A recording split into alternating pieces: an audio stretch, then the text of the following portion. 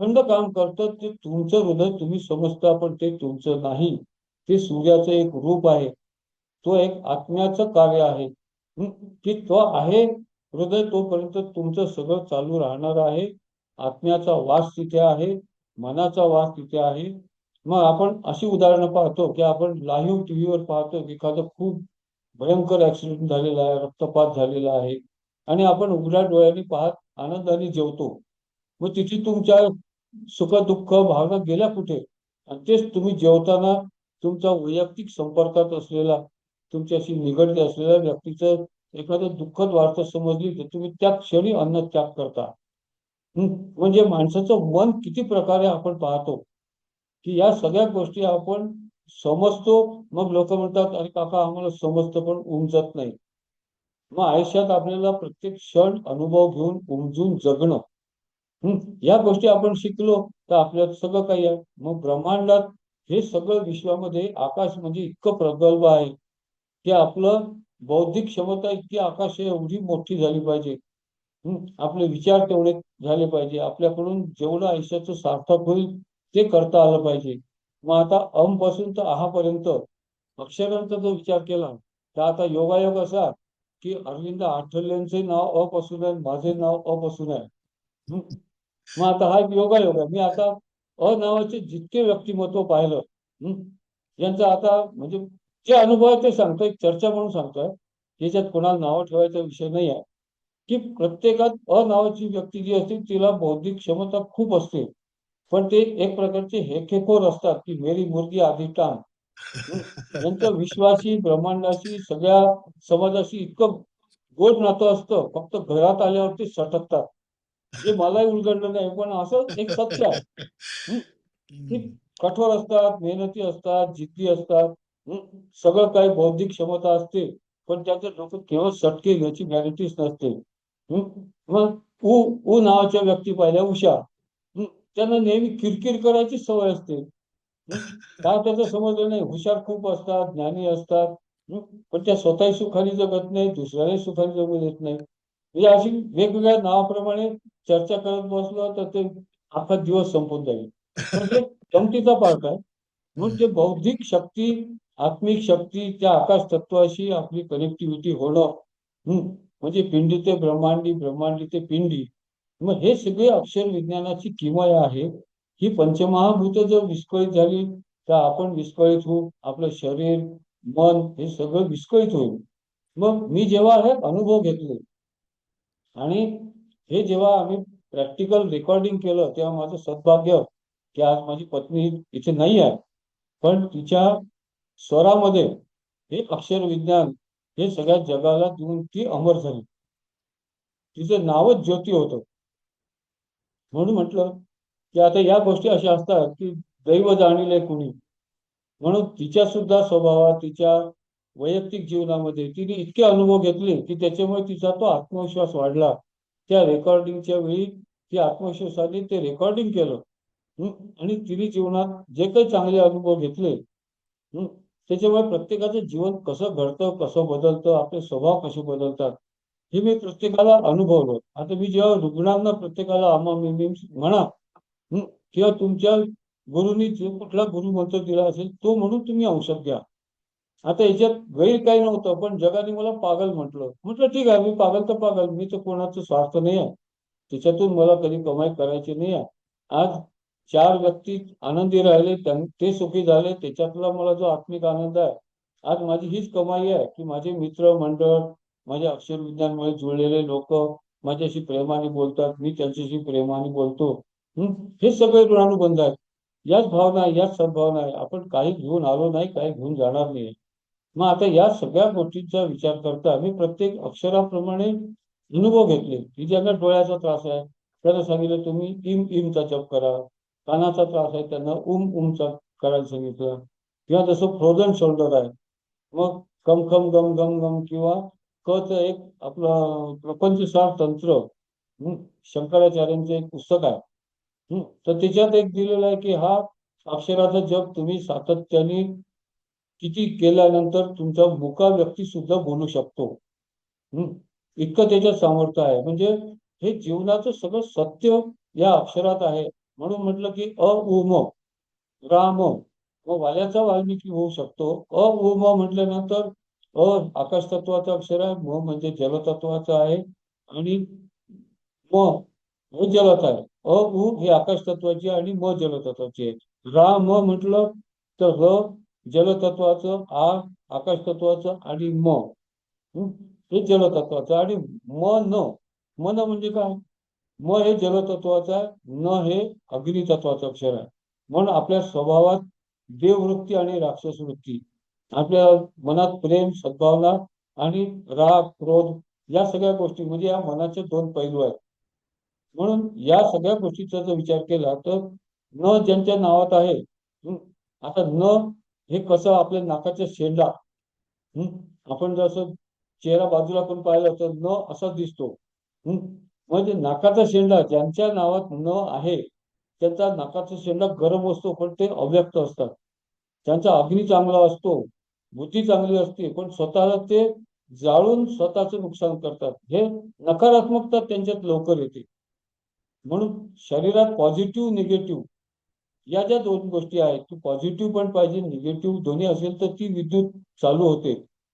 मग तसं हा निसर्ग नियमाप्रमाणे आपण सारासार विचार करून आपल्या आयुष्यात पुढे कसं काय चांगलं करता येईल, याच्यासाठी हे अक्षर विज्ञान जे काही उद्भवलं, त्याच्यात मी वेगवेगळ्या व्याधींमध्ये अनुभव घेतले.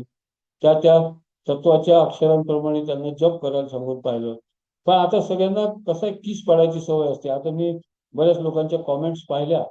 ते लोक काय म्हणतात, आम्हाला मणक्याचा आजार आहे त्याच्यासाठी कोणती अक्षर करायची, अमक्याचा आजार आहे त्याच्यासाठी काय करायचं. अरे पण हे पंचपक्वान्नाचं ताट आहे, पंचमहाभूतांचा हा समूह आहे. पूर्ण बाराखडी म्हणायला तुम्हाला किती क्षण लागणार आहे? अन्न कुठे पोचवायचं, ते सगळं अन्न आपण खातो, ती नैसर्गिक शक्ती तिथे पोहोचवते. म्हणून हे पंचमहाभूतांचं अ ते ज्ञ, हे सगळं पंचमहाभूतांचं एवढं मोठं अमृत आहे. मग याचा तुम्ही 10 मिनिटं जर तुम्ही जप केला तर त्याला कोणता खर्च नाही. आम्ही एक अक्षर म्हटलं तर काय होईल? अरे पण तुम्ही सगळं खा ना. हं? तुम्ही शरीराला ते तृप्त करा ना. तुमची पेन किलर एक गोळी आहे. तिच्यावर असं लिहिलं आहे की तुमचं पाय दुखणं थांबेल, गुडघा थांबेल, पाठ दुखेल थांबेल, असं ते लिहिलं नाही. तर ती पेन किलर आपण खाल्ल्यानंतर ती नैसर्गिक जी काही शक्ती आहे ती त्या त्या ठिकाणी जिथे वेदना असतील तिथलं वेदना शमनाचं कार्य ती गोळी तिथे जाऊन करते. म्हणून आपण सगळं ताट पंचपक्वान्नाचं खायचं आहे, म्हणून पूर्ण अक्षराचा मंत्र अ पासून तर ज्ञ पर्यंत पूर्ण म्हणायचा. मग एक नाईक आजी म्हणून एक भारतातल्या पहिल्या रेडिओलॉजिस्ट होत्या, की ज्या रामकृष्ण परमहंसांनी त्यांना बोलवून विरजानंदांकडून त्यांना दीक्षा दिली गेली. आता माझं भाग्य की त्या 92 वर्षाच्या असताना माझ्या संयोगाला भेट झाली. त्यांनी मला त्यांचा अनुभव शेअर केला, म्हणून मी आजपर्यंत कोणाला अनुभव सांगितला नाही. पण जेव्हा त्यांना कलकत्त्याला रामकृष्ण परमहंसांनी बोलवलं, तर ते म्हणे अक्षरशः पाण्यावर चालत माझ्यापर्यंत आले आणि त्यांनी सांगितलं की तुझी मागच्या जन्माची दीक्षा राहिली आहे, तू या विरजानंदांकडून घे. आणि त्यांच्याकडून मला हे ज्ञान मिळालं की हा अक्षराचा जप सरळही म्हणायचा आणि उलटाही म्हणायचा.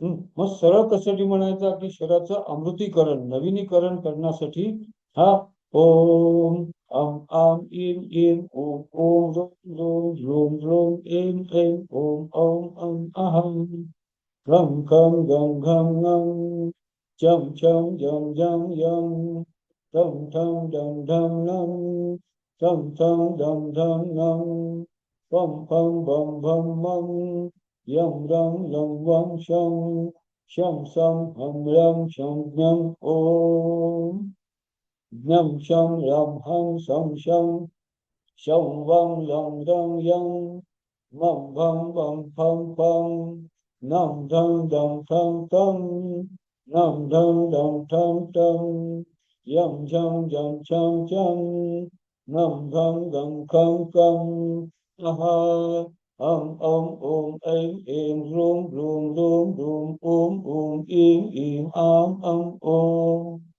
म्हणजे हे ज्याला भूतशुद्धी पण आपण म्हणू शकतो, की एक एक चक्र, एक एक तत्व एकेका महाभूतात विलीन करून ते पूर्ण ब्रह्मांडाला अर्पण करणं आणि पुन्हा नवीनीकरण म्हणजे सरळ म्हणणं. मग हे त्यांनी शिकवल्यानंतर मी त्याचा अभ्यास केला, की प्रत्येक जण आपल्याला त्या त्या वेळी तिची व्यक्ती मिळते, भेटते, आपल्याला आशीर्वाद रूपाने काहीतरी नवीन ज्ञान मिळतं. म्हणून याचा उपयोग मी केला. सगळ्या जगाला सांगतो की बाबा याला काही आर्थिक खर्च नाही आहे. तुम्ही स्वतःसाठी कमीत कमी 10 मिनिटाचं सहज देऊ शकतो. मग हे करताना तुम्ही फक्त जी ईश्वराने मला सुचवलेली प्रार्थना आहे ती आता मी म्हणून दाखवतो. या ब्रह्मांडातील सर्व देवी देवता, सर्व साधू संत, नवग्रहादी देवता, नक्षत्र देवता, पंचमहाभूत देवता, अक्षर देवता, धन्वंतरी देवता, सर्व वेद शास्त्र पुराण उपनिषद, सर्व विद्या, सर्व भाषा यांच्या देवता, मातृदेव, पितृदेव, गुरुदेव, वास्तुदेवता, स्थान देवता आणि या ब्रह्मांडातील सर्व प्राणी मात्रांच्या सूक्ष्माती सूक्ष्म योनींना आणि या ब्रह्मांडाला शीर्षाष्टांग नमस्कार करून मी प्रार्थना करतो की या क्षणापासून माझ्या संपर्कात येणाऱ्या प्रत्येक व्यक्तीच्या जीवनात माझ्या दर्शनाने, स्पर्शाने, संभाषणाने, माझ्या स्मरणाने त्यांच्या जीवनात सत्सत्विवेक बुद्धी जागृत राहून त्यांच्या हातून सत्कार्य सत्कर्म घडो, त्यांना निरोगी दीर्घायुष्य प्राप्त हो आणि माझ्या परिवाराच्या सर्व कुटुंबियांना सुख शांती, सुख समृद्धी, उत्तम निरोगी दीर्घायुष्य सर्वांना लाभो. सर्वांची सत्सत्विवेक बुद्धी जागृत राहून सर्वांच्या हातून सत्कार्य सत्कर्म घडो आणि आमच्या जीवनाचं यथार्थ सार्थक हो, अशी जगन्माते तुझ्या चरणी मी प्रार्थना करतो. हे जगन्माते, तुला आम्हाला तुझ्या चरणी लीन राहण्याची दिव्य शक्ती, दिव्य आशीर्वाद दे, अशी मी प्रार्थना करतो. अशी प्रार्थना आपण जर रोज केली आणि फक्त साधी अक्षराची एवढी साधना केली तरी आपण शारीरिक, मानसिक, आध्यात्मिक सगळं काही प्राप्त करू शकतो. मग आता याच्यात हा विचार कसा आला की आपण जेवढे पोथे पुराण, जेवढे काही वेगवेगळे शास्त्र वाचतो किंवा गुरुचरित्राचं खूप लोक पारायण करतात, कोणी गजानन महाराजांची पोथी वाचतात. मग याच्यात प्रत्यक्षात इतक्या सगळ्या अक्षरांचा तितके वेळा तुमचा जप होऊन त्या त्या चक्रात ती स्पंदनं निर्माण होऊन तुमच्या शरीरात तसे तसे बदल घडतात.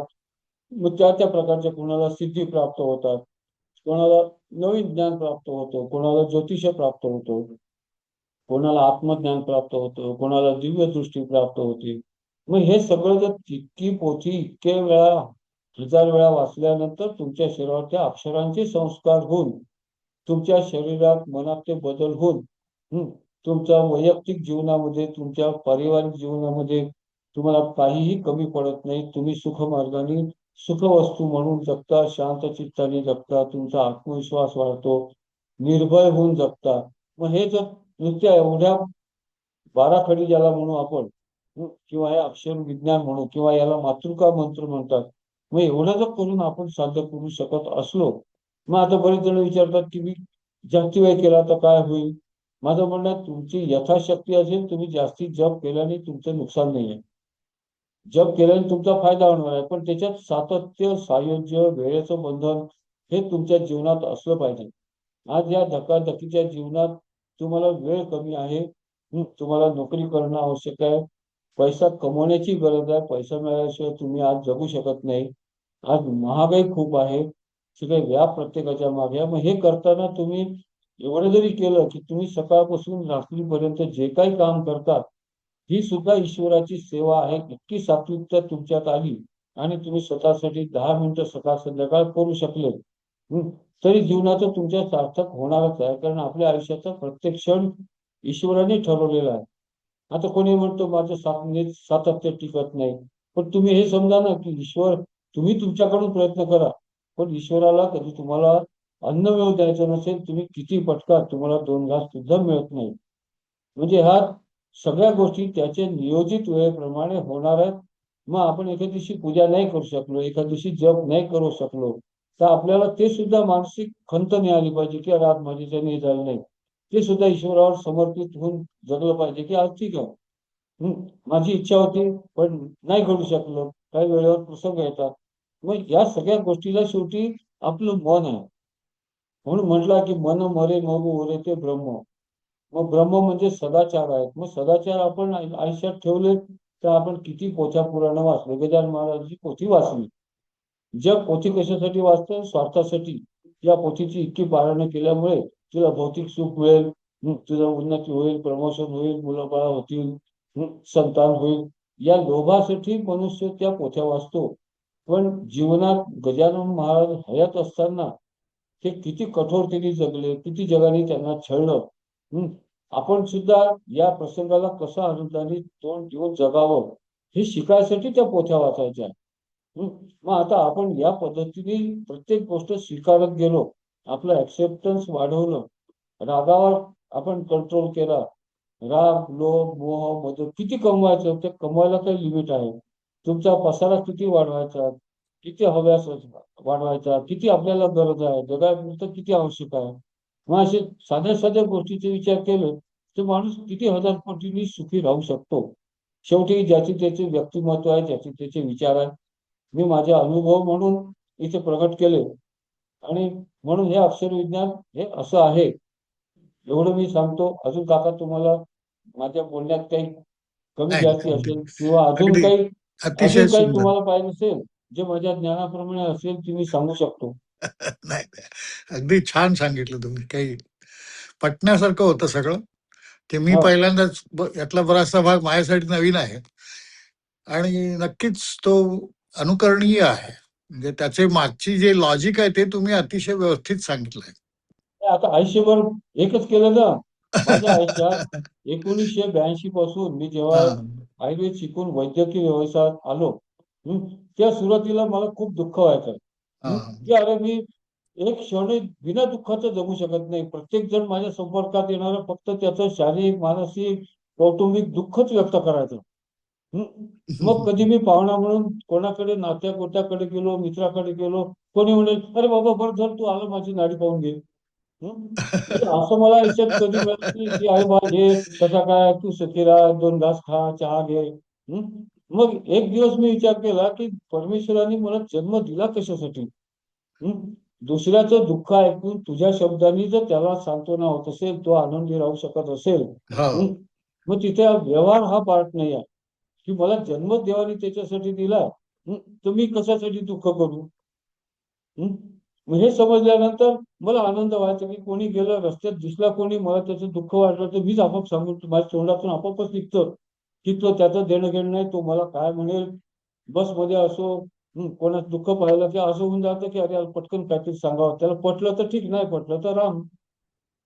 म्हणून शेवटी या ज्या गोष्टी अनुभवल्या की जसं एक माझ्या मित्राची बहीण, तिचा एकदा 9:30ला फोन आला.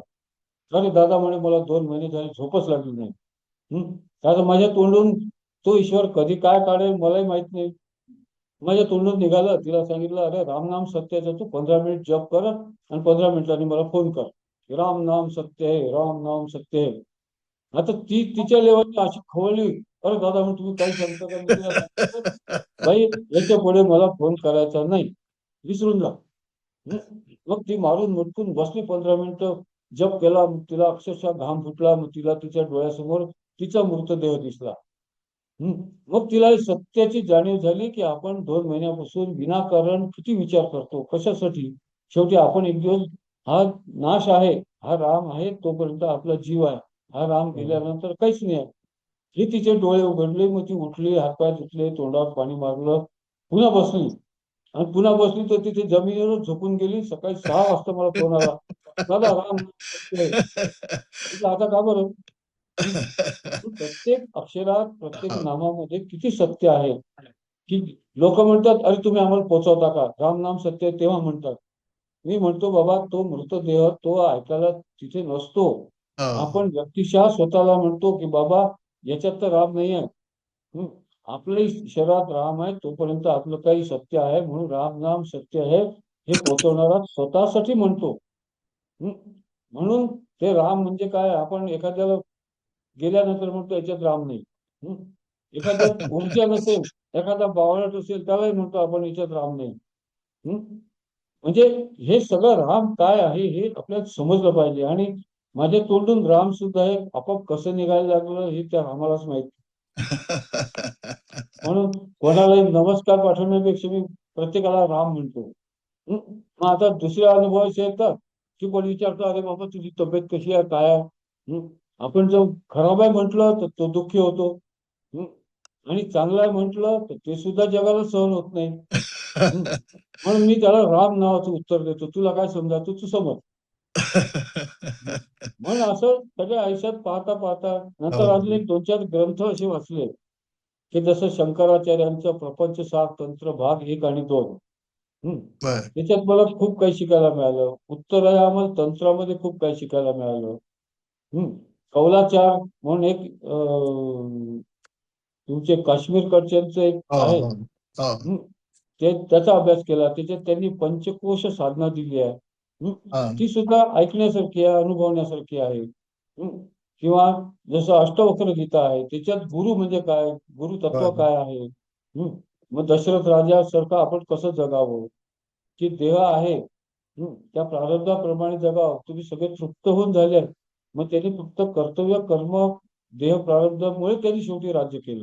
अशोक राजा काय होता? हं. अशा वेगवेगळ्या गोष्टी अनुभवातून आपल्याला हो, आपण पुढे जाऊ शकतो. हो, हो. नंतर अजून तुमचं एक मूळस्तंभ नावाची पोथी आहे. बर. ती साक्षात महादेवावर आहे आणि आज हे जे सध्या जगात घडतं आहे अगदी कलियुगाच्या अंतापर्यंत तिच्यात सगळ्या ब्रह्मांडाचं इतकं सुरेख वर्णन आहे की त्याच्यातून आपल्याला खूप शिकण्यासारखं आहे. आणि त्याच्यात सुद्धा हेच अक्षरविज्ञान त्यांनी दिलेलं आहे की कुठल्या चक्राचा किती जप करावा. बर. हं.